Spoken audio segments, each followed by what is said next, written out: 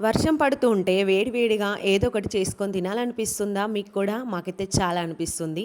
ఈసారి ఎందుకో ఇంట్రెస్ట్ అనిపించలేదు నాకైతే. ప్రతిసారి ఏదో ఒకటి చేస్తూ ఉండేదాన్ని. కాకపోతే ఇప్పుడు మా వారు ఏదో ఒకటి చేసి పెట్టమని అడిగారు. మిర్చి బజ్జీ చేస్తే బాగుండు కదా అని అంటే, ఇంకా తన కోసం ఎందుకు లేట్ చేయడం అనేసి అప్పటికప్పుడే పిండి కలిపేసి ఈ విధంగా మిర్చి బజ్జీ వేడి వేడిగా అయితే వేస్తున్నాను. చూసారు కదా, చూస్తుంటేనే నోట్లో నీళ్లు ఊరుతున్నాయా? మీకు ఎంతమందికి ఇష్టం బయట వర్షం పడుతూ ఉంటే మిర్చి బజ్జీ తినాలనేసి?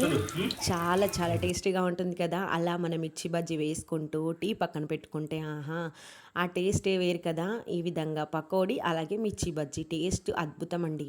పైన మసాలా వేసుకొని ఈ విధంగా మా వారైతే లాగించేస్తున్నాడు. వేడి వేడిగా తింటేనే చాలా బావుంటాయి కదా! మీకెంతమందికి ఇష్టం వేడిగా తినడం? చల్లబడిన తర్వాత మెత్తబడడమే కాదు టేస్ట్ కూడా అంత తక్కువగా ఉంటుంది. అందుకోసం నేను కూడా లాగించేస్తున్నాను. చాలా రుచిగా ఉన్నాయండి. అందరికీ వేసేసి వేడి వేడిగా ఇంకా నేను కూడా లాగించేస్తున్నాను. లేట్ చేయడం ఎందుకనేసి టేస్ట్ మాత్రం చాలా బావుంది. మీకు నచ్చితే లైక్ చేసి సబ్స్క్రైబ్ చేయండి.